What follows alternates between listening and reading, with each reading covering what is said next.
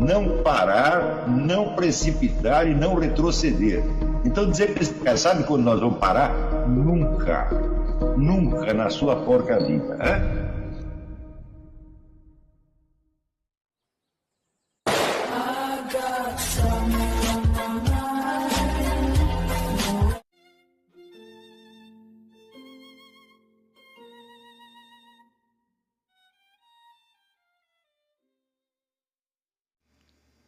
E aí pessoal, tranquilo?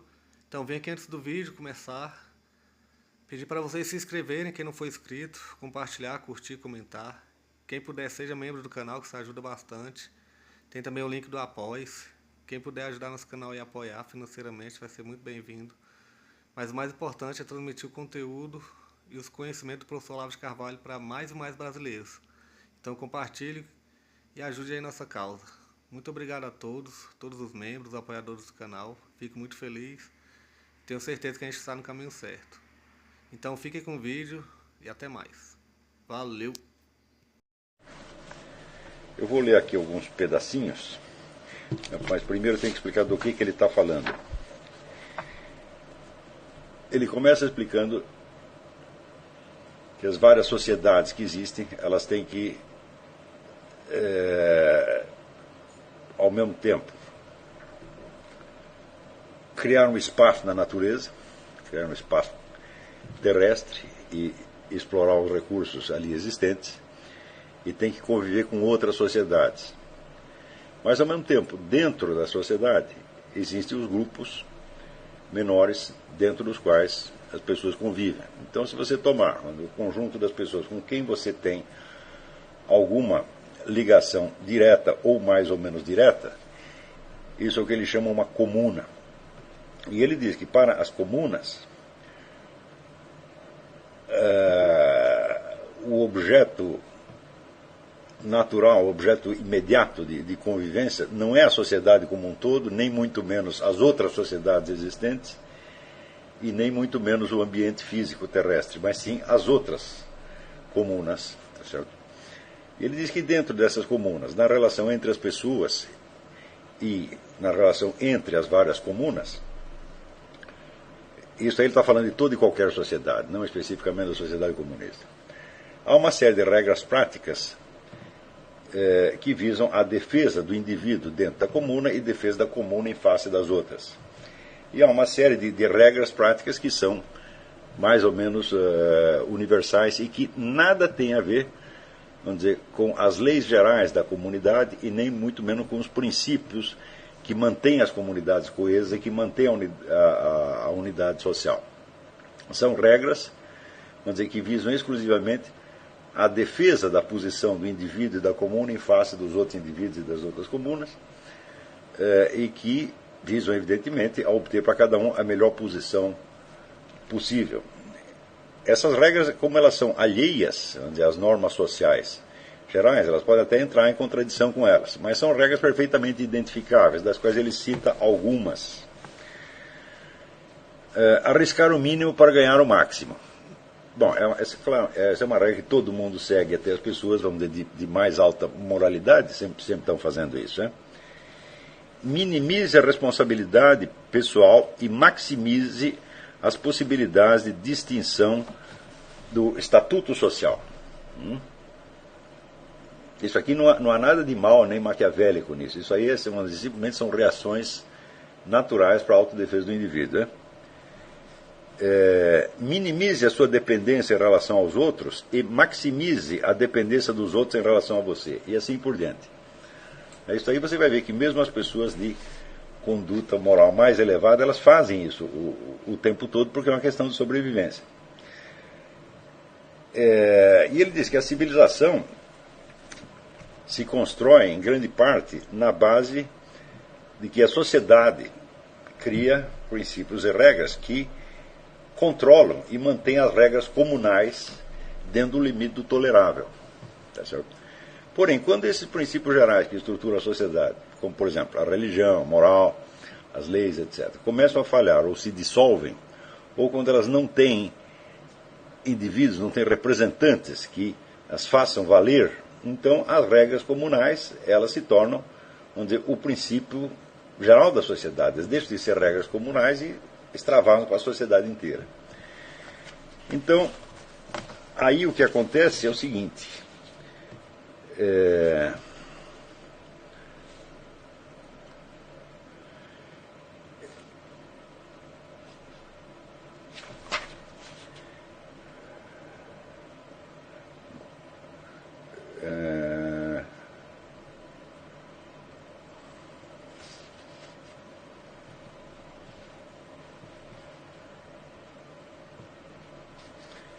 Dizer que, por exemplo, para dar um exemplo, a função de patrão, de chefe, de gerente, é socialmente melhor do que a posição do empregado. Isso é óbvio para todas as pessoas normais. Portanto, essa função não deve ser preenchida por pessoas cheias de ideais bondosos ou por mártires. É uma posição para pessoas que lutam ferrenhamente, e quanto mais alta a posição delas, mais intensa será a luta. Quer dizer que entre os vários chefes, os vários patrões, né, há uma concorrência, e também há uma concorrência dele com os seus próprios subordinados para ele manter a posição. Né? Esse é um exemplo de convivência no nível comunal.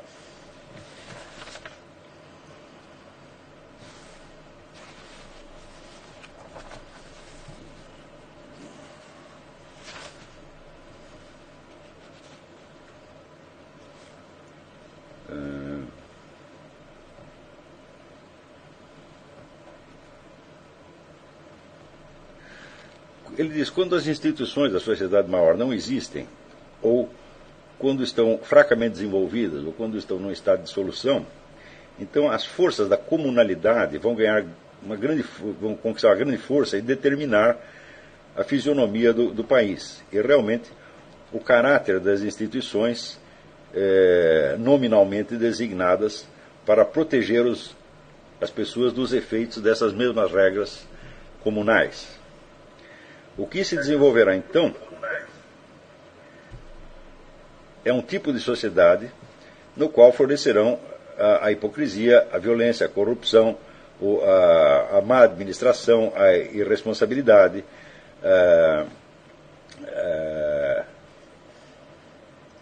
a chantagem, desonestidade, vagabundagem, desinformação, engodo e um sistema de cabide de empregos para o que ele chama privilegência, né? Usando a palavra inteligência, então tem a privilegência.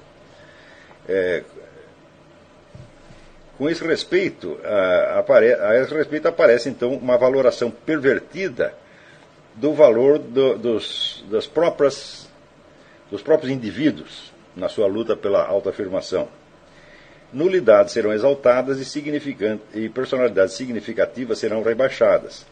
Cidadãos moralmente superiores serão submetidos à perseguição e os indivíduos mais talentosos e ativos serão rebaixados ao nível dos medíocres e incompetentes. Mais ainda, não são necessariamente as autoridades que fazem isso. Os colegas, os amigos, os vizinhos, os companheiros de trabalho fazem tudo o que podem para impedir um homem talentoso de revelar sua individualidade ou o homem ativo de ascender na sociedade. Essa tendência assume um caráter de massa e invade todos os aspectos da vida. E, em parte alguma, isso acontece tanto quanto nas esferas criativa e administrativa.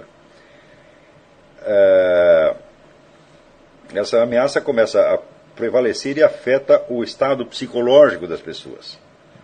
O tédio e a depressão reinam e as pessoas constantemente esperam o pior. A sociedade desse tipo está condenada à estagnação e à crônica decadência se ela não encontra dentro de si forças que possam se opor a essa tendência. Daí termina o capítulo. Mais ainda, com esta frase, mais ainda, esta situação pode durar séculos. E eu acho que isso aqui é uma descrição perfeita do estado da sociedade brasileira. Porque, vamos dizer, as regras que ele chama comunais, ou comunitárias, como se queira, elas são universais. Sem elas, o cidadão simplesmente não pode sobreviver. Agora, as regras mais complexas que integram grandes sociedades, evidentemente, elas têm que fazer com que as várias comunidades convivam né, de uma maneira mais ou menos harmônica. Então é preciso limitar, vamos dizer, a luta comunal ou comunitária, a concorrência dentro da comunidade e a concorrência entre as várias comunidades. Então essas regras práticas que são quase instintivas, né, quando ele diz, por exemplo, vamos dizer, limitar a sua responsabilidade pessoal ao mínimo e aumentar a responsabilidade dos outros. Isso é quase um reflexo. Você vê que nenhuma pessoa de muito bom coração e de muito boa moralidade não pode deixar de fazer isto. Se ela fizer o contrário, ela está destruída socialmente de maneira quase automática, né? Então todos nós o tempo todo estamos pulando fora da responsabilidade até o ponto em que podemos. Agora a diferença é que alguns vão pular sempre e outros vão manter isso dentro do tolerável, conforme as regras maiores que vamos dizer, integram a sociedade como um todo. Mas quando essas regras começam a falhar, ou quando elas são fracas, ou quando o processo civilizacional está num estágio ou muito rudimentar ou de decadência, então as regras comunais se tornam as únicas regras existentes. Tá certo? Então, isso quer dizer que aqueles princípios, vamos dizer, de decência, de moralidade, com que as pessoas podiam estar acostumadas numa outra fase, elas simplesmente não existem. As pessoas não são capazes de entender mais isso. Tá certo? Porque obedecer à regra comunal, vamos dizer, é assim, uma simples questão de sobrevivência. Mais ainda, o meio terrestre dentro do qual existe a sociedade, ele está longínquo para a maior parte das pessoas. A maior parte das pessoas não tem o menor contato com isso. Quer dizer, quantas pessoas dentro do Brasil, por exemplo, trabalham com agricultura e tem que, vamos dizer, contar ali com as estações do ano, com as tempestades, com a seca, etc, etc. É um número ínfimo de pessoas. Os outros estão demasiado distantes disso. Então, o ambiente no qual eles vivem é o ambiente das várias comunas, e não é sequer a sociedade como um todo. Muitas pessoas não têm a menor ideia da sociedade como um todo. Se você entrar numa escola brasileira, por exemplo, né, e fizer algumas perguntas sobre a ordem social brasileira, sobre as leis do Brasil, etc., as pessoas elas ignoram completamente. Né? Então, só o que elas conhecem é a regra comunal. Né? Por exemplo, isso você pode observar em qualquer repartição pública brasileira. O que vigora não é a lei, o que vigora é a ordem que o chefe deu. Porque o funcionário, ele não conhece a lei. Então a lei é demasiado longínqua e abstrata, mas a palavra do chefe vale. Então se a lei diz que você tem um determinado direito, tá certo? Mas o chefe da repartição mandou não atender você, o funcionário não vai atender. Então o que vai vigorar é a lei comunal e não a lei maior, né? o Código Civil, etc, etc. Vocês podem perceber que no Brasil já está assim. Sinais disso a gente já observa aqui nos Estados Unidos. 20 anos atrás não existia, né? Mas agora você já observa sinais desta efusão comunal, onde a autoridade do pequeno grupo vale mais do que os princípios que estruturam a sociedade inteira. Tá certo? Então, note bem que no Brasil sempre existiu essa tendência. Quer dizer, o Brasil teve algumas épocas onde houve um esforço civilizacional e que evidentemente correspondia, vamos dizer, a um estágio maior de integração social, quer dizer, a integração entre as várias comunas e o desenvolvimento de uma consciência da sociedade como um todo. A gente pode marcar esses períodos da seguinte maneira. A Guerra do Paraguai foi um deles. Nós podemos dizer que é o primeiro momento em que existe, vamos dizer, uma tomada de consciência nacional, que as pessoas se sentem pertencentes a uma sociedade maior e sabem mais ou menos o que estão fazendo dentro delas. Mas isso logo passou. Você vai ver outro período desses durante o governo Getúlio Vargas, com a industrialização, o progresso econômico, etc, etc. Outro você vê, em parte, durante o governo Juscelino Kubitschek, com o negócio da construção de Brasília, e outro durante o regime militar, principalmente na gestão Médici, também motivado pelo progresso econômico. Então, as pessoas se sentiam participantes de uma história nacional, nesses momentos. Do ponto de vista cultural,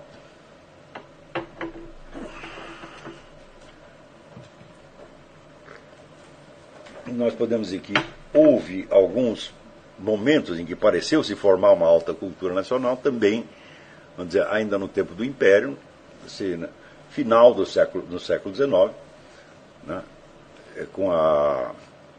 ali quando você tinha uma elite de alto nível, com Machado de Assis, Joaquim Nabuco, Oliveira Lima, etc. Né. Depois também, na década de 30, quando aparecem em cena figuras como Gilberto Freire, o Sérgio Buarque de Holanda e outras pessoas, então começam, vamos dizer, entre os intelectuais, a criação, vamos dizer, de uma imagem de Brasil que podia se propagar entre as outras classes e criar um sentimento de nacionalidade. É claro que sentimento de nacionalidade é apenas uma forma específica de integração da sociedade, né? Nem pode haver integração da sociedade sem isto, mas de qualquer modo é um dado importante. E hoje em dia isso tudo desapareceu. Você não tem mais absolutamente nada. Tá certo? Então, é claro que hoje em dia a quase totalidade dos cidadãos ignora as leis, principalmente que as leis são muitas e são muito confusas, quer dizer, você tem um processo de apoteose legislativa.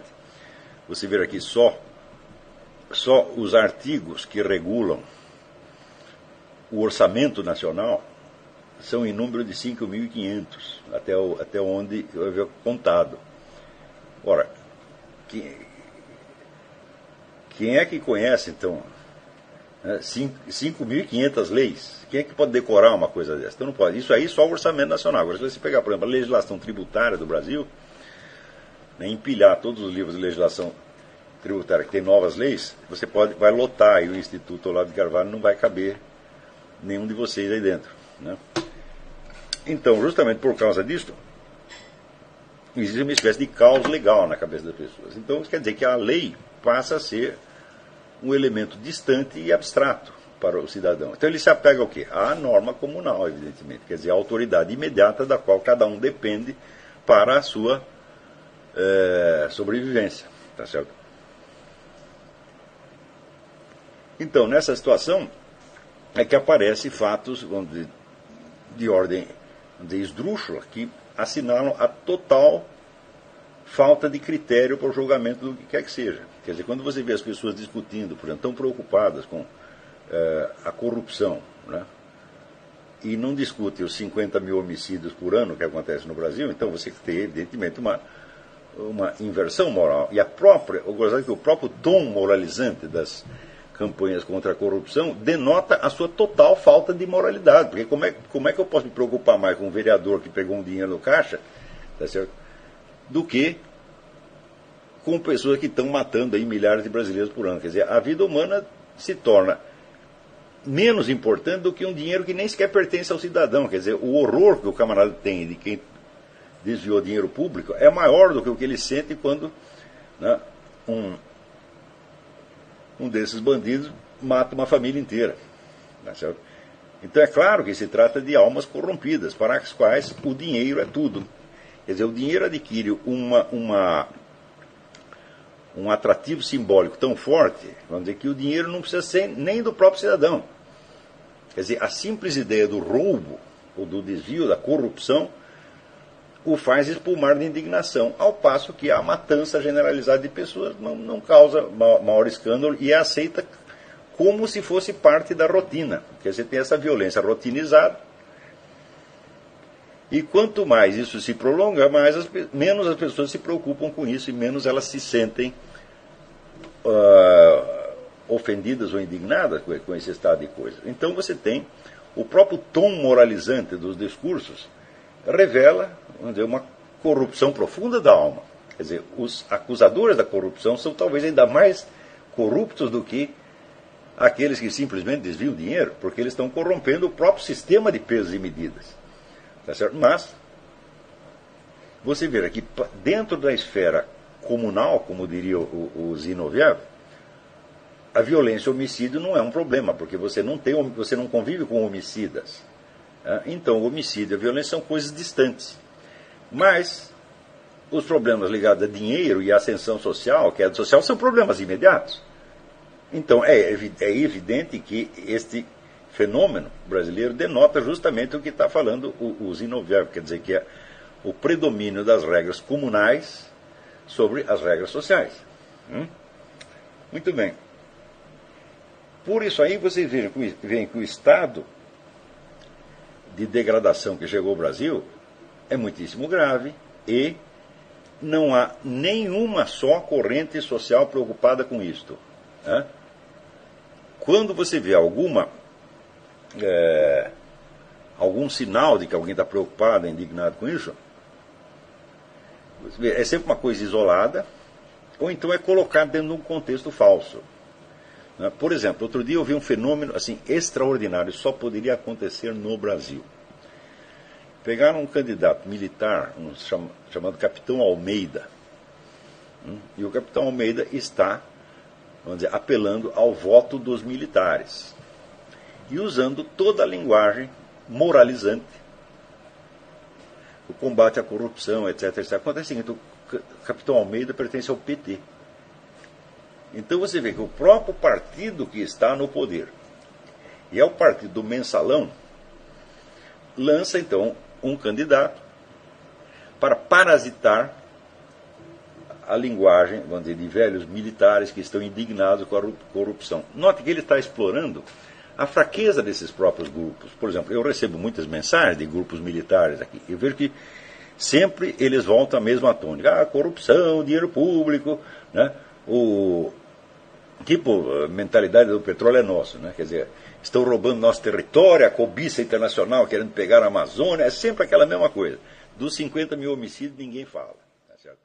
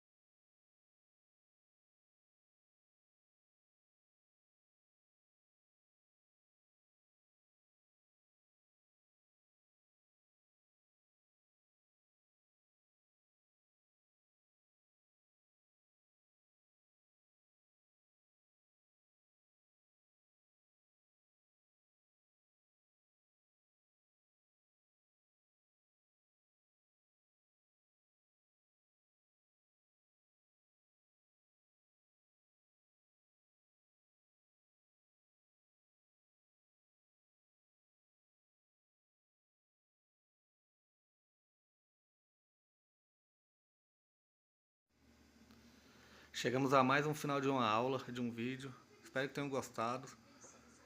Quem não se inscreveu ainda, se inscreva, compartilhe, comente. Ajude o nosso canal, apoie, seja membro. E ajude o nosso canal a chegar a cada dia a mais brasileiros que precisam muito do conhecimento do professor Olavo de Carvalho. Então é isso aí, fique com Deus, até o próximo. Valeu. Então é isso aí, pessoal. Que é o nosso canal. Que são alguns livros que eu já li. A maioria foi doação, mas alguns eu adquiri, professor Olavo de Carvalho. Alguns livros se perderam aí que eu emprestei. Professor Alexandre Costa. A Bíblia Sagrada. 10 lições sobre Karl Marx. Indico a não ler esse livro, que é muito ruim mesmo. Alguns pensadores aqui que realmente, como o professor Olavo de Carvalho disse, não são pensadores. Valeu, tamo junto aí. Apoie nosso canal, seja membro.